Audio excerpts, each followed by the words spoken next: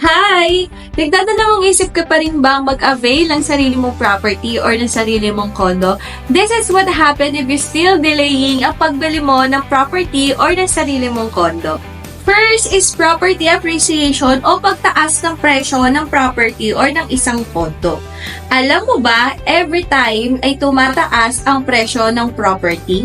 Kung lagi kang maghihintay or sasabihin mong next time na lang or sa susunod na lang, sayang opportunity mo para makakuha ng property or ng condo in a lower price. Number 2 is loss of investment in potential. Habang nag-iisip ka kung bibili ka ba or hindi ng sarili mong property or sarili mong condo, nawawala yung chance mong mag-benefit sa property appreciation. Remember, mas maagang kumuha ng property, mas mataas ang chance na magbalik ito in the future. Last one natin is yung changing market condition. Alam mo ba na lahat ng developer may kanya-kanyang financing yan?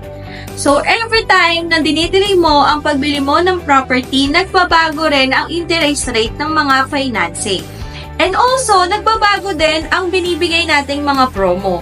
Baka kasi mamaya may magandang offer sa'yo na promo, then still dingi ka pa rin or still dinidelay mo pa rin yung pagbili mo ng property. And also, baka kasi mababa na rin ang offer sa'yo na interest rate ng developer. So, ito rin yung dapat mong tignan na factor sa pag-avail ng condo or ng property. So guys, these are the 3 reason or ilan lang yan sa mga rason kung bakit hindi mo kailangang i-delay ang pagbili mo ng property or ng sarili mong condo. So now, this is your agent para San Miguel, one of the property specialists here at Urban Deca Homes Ortigas. If you like this video, please follow and share this video.